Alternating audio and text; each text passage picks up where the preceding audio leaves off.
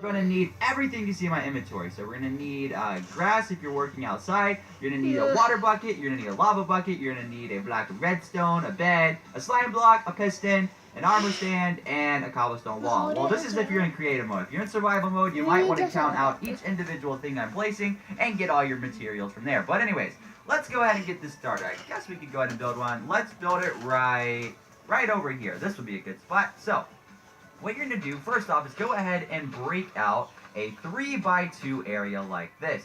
And then you're going to go ahead and dig it down one more. And then once you've done that, go ahead and break one block right here. So we're going to go ahead and clear this area out a little bit because we don't want our fire spreading over to our grass. We're going to clear it out just a little bit here. And this is your starting point. So again, it's a 3x2x2. And then you have this one extra little block broken right here.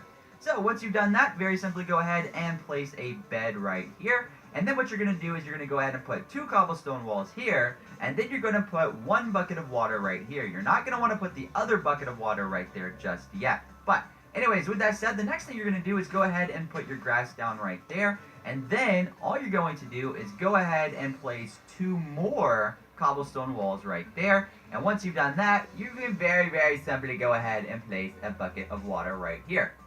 So far this looks like a bunch of complicated mumbo jumbo for absolutely nothing, but it actually is for a very particular reason, because what's going to be happening here is we're going to place ourselves some armor stands down, and what's going to happen is they're going to land on this bed, so they're going to be at the height of a bed, which is where we want them to be, and then the water is actually going to push them into the direction that we want them to be. So what I mean by that is if we go ahead and put ourselves 1 armor stand right there, it's going to go that way. And we face a different angle, we can go ahead and place another one right here, and that's going to go that way. And let's say we want to do just 1 more, we can go ahead and look at a very strange angle, go ahead and put it right there, and that's going to give ourselves a decent looking fireplace. As a matter of fact, we could go ahead and put 1 more if we want it to be more kind of even. Now, here's the important thing. From here, what you're going to be doing is you're actually going to be putting down the lava source so you can go ahead and catch this on fire. So we're going to go ahead and turn this water off since it already moved it into place. And as you can tell, it's going to be bouncing up and down like that. So what you're going to do is you're going to put a bucket of water right there to keep that from happening. Now, if you got lucky enough, and this is actually in the right corner like it should be, it should be pushed over as far right as it needs to be. However, sometimes your armor stands may be a little bit too far to the left. So let's say all of these right here were a little bit over to right here.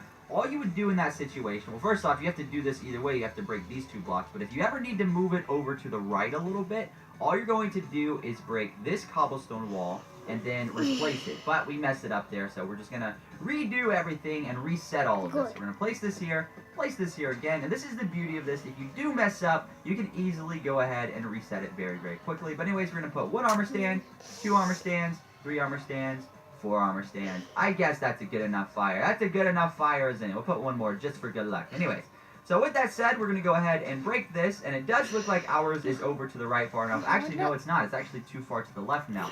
So this is why I wanted to mention this, because some people who may know of this may not know of the way to move it over to the right. So if you ever need to move it to the right, break this, and pretty much No more happen. mess up, you can easily go ahead and reset it very quickly. But anyways, we're going to put 1 armor stand, 2 armor stands, 3 armor stands, 4 armor stands. I guess that's a good enough fire. That's a good enough fire, isn't it? We'll put 1 more just for good luck. Anyways, so with that said, we're going to go ahead and break this, and it does look like ours is over to the right far enough. Actually, no, it's not. It's actually too far to the left now. So this is why I wanted to mention this, because some people who may know of this may not know of the way to move it over to the right. So if you ever need to move it to the right, break this and pretty much instantly place it.